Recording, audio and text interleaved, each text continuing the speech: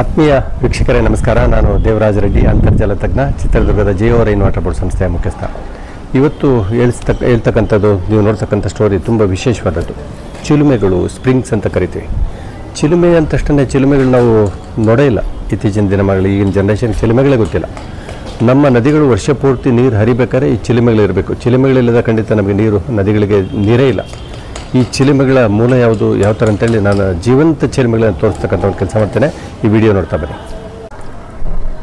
ವೀಕ್ಷಕರೇ, ಇಲ್ಲಿ ನೋಡ್ತಾ ಇದ್ದೀರಿ, ಒಂದು ಕಲ್ಯಾಣಿ ತುಂಬಿ ತುಳುಕ್ತಾ ಇದೆ.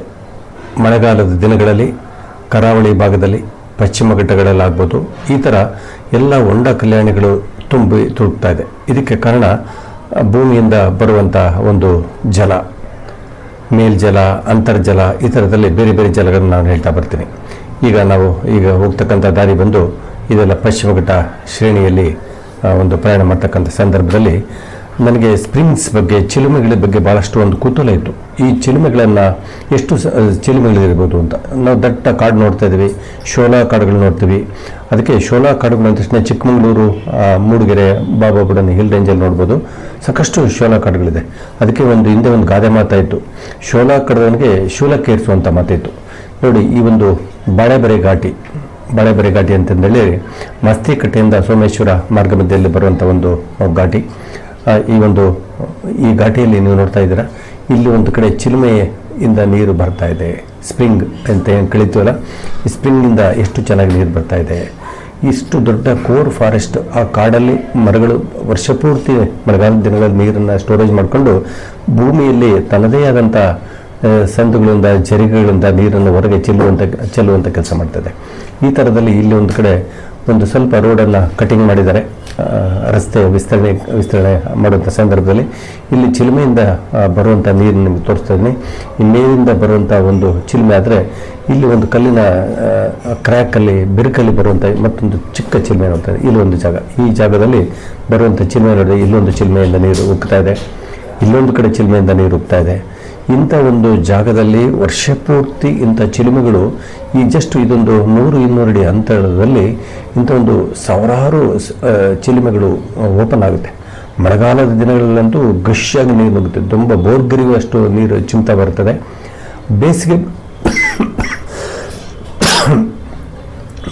ಬಂದಮೇಲೆ ನೀರಿನ ಫೋರ್ಸ್ ಕಡಿಮೆ ಆಗ್ತಕ್ಕಂಥ ನೀವು ನೋಡ್ಬೋದು.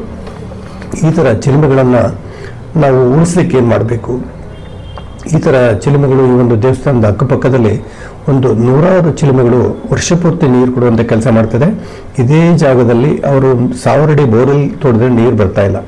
ಆದರೆ ಚಿಲುಮೆಗಳೆಲ್ಲ ನೀರು ಬರಲಿಕ್ಕೆ ಕಾರಣ ಏನಂತಂದರೆ, ಚಿಲುಮೆಗಳಿಗೆ ಮುಖ್ಯ ಕಾರಣವೇ ಕೋರ್ ಫಾರೆಸ್ಟ್, ಕಾಡು, ಸಂಪದ್ಭರಿತವಾದಂಥ ಕಾಡಿರಬೇಕು, ತರೇವಾರಿ ಗಿಡಮರಗಳಿರಬೇಕು, ಭೂಮಿಗೆ ಕಂಪ್ಲೀಟ್ ಒಂದು ಹಸಿರಿನ ಹೊದಿಕೆ ಇರಬೇಕು. ಎಷ್ಟು ಪ್ರಮಾಣದಲ್ಲಿ ಬಿದ್ದಂಥ ನೀರು ಭೂಮಿಯನ್ನು ಹೋಲ್ಡ್ ಮಾಡಿ ಅದು ನೀರು ಒಸರಲಿಕ್ಕೆ ಸ್ಟಾರ್ಟ್ ಆಗ್ತದೆ. ಒಸರುವಂಥ ಕ್ರಿಯೆ ವರ್ಷ ಪೂರ್ತಿ ನೀರನ್ನು ಕೊಡುವಂಥ ಕೆಲಸ ಈ ಚಿಲುಮೆಗಳು ಮಾಡ್ತಾ ಹೋಗ್ತದೆ. ಈ ಒಂದು ಪಶ್ಚಿಮ ಘಟ್ಟದ ಉದ್ದಗಲಕ್ಕೂ ನಾವು ಜರ್ನಿ ಮಾಡ್ತಾ ಹೋದರೆ ಇಂಥ ಒಂದು ಚಿಲುಮೆಗಳನ್ನು ಸಾಕಷ್ಟು ನಾವು ನೋಡ್ತಾ ಹೋಗ್ತೀವಿ. ಹಾಗಾಗಿ ಒಂದು ಸಣ್ಣ, ಯಾಕಂದರೆ ನನಗೆ ಚಿಲುಮೆಗಳ ಬಗ್ಗೆ ಹೇಳಿಕೋದು ಇನ್ನೂ ಅಗಾಧವಾದ ಮಾಹಿತಿ ಇದೆ, ಅಗಾಧವಾದ ಫೋಟೋಗಳು, ವಿಡಿಯೋಗಳು, ಡಾಕ್ಯುಮೆಂಟೇಷನ್ ನಾನು ಮಾಡಿದ್ದೇನೆ. ಇವತ್ತು ಇಂತಹ ಲಕ್ಷಾಂತರ ಸ್ಪ್ರಿಂಗ್ಸ್ ಇವತ್ತು ಕಣ್ಮರೆ ಆಗ್ತಾ ಇದೆ. ಲಕ್ಷಾಂತರ ಸ್ಪ್ರಿಂಗ್ಸ್ ಕಡಿಮೆ ಆಗಿದ್ದರ ಪ್ರಭಾವವೇ ನೇತ್ರಾವತಿ ನೀರು ಮಳೆಗಾಲದಲ್ಲೇ ಇರ್ತದೆ, ಬೇಸಿಗೆಯಲ್ಲಿ ನೀರಿಲ್ಲ. ನಂದಿನಿ ನದಿ ಹರಿವು ನಿಲ್ಲಿಸ್ತಾ ಇದೆ, ಸುವರ್ಣಮುಖಿ ನದಿ ನೀರಿನ ಹರಿವು ಕಡಿಮೆ ಮಾಡ್ತದೆ. ಇದೆಲ್ಲದಕ್ಕೂ ಮುಖ್ಯ ಕಾರಣ ಅಂತಂದರೆ ನಮ್ಮ ಚಿಲುಮೆಗಳು ಕಡಿಮೆ ಆಗ್ತಾ ಇರೋದು. ಹಾಗಾಗಿ ಚಿಲುಮೆಗಳ ಬಗ್ಗೆ ಮುಂದಿನ ದಿನಮಾನಗಳಲ್ಲಿ ಹೆಚ್ಚಿನ ವಿಡಿಯೋಗಳನ್ನು ಮಾಡಿ ತೋರಿಸ್ಬೇಕಂತಂದೇಳಿ ಉದ್ದೇಶ ಇದೆ. ಈ ಥರ ನಾನು ಈ ಒಂದು ಕರಾವಳಿಯ ಪಶ್ಚಿಮ ಘಟ್ಟದ ಮಾರ್ಗ ಮಧ್ಯದಲ್ಲಿ ಜರ್ನಿ ಮಾಡುವಂಥ ಸಂದರ್ಭದಲ್ಲಿ ಚಿಲುಮೆಗಳ ಬಗ್ಗೆ ಒಂದಷ್ಟು ಮಾಹಿತಿಯನ್ನು ಹಂಚ್ಕೊಳ್ಬೇಕು ಅಂತಂದರೆ ಈ ಒಂದು ವಿಡಿಯೋ ಮಾಡಿದೆ. ನಮಸ್ಕಾರ ವೀಕ್ಷಕರೇ.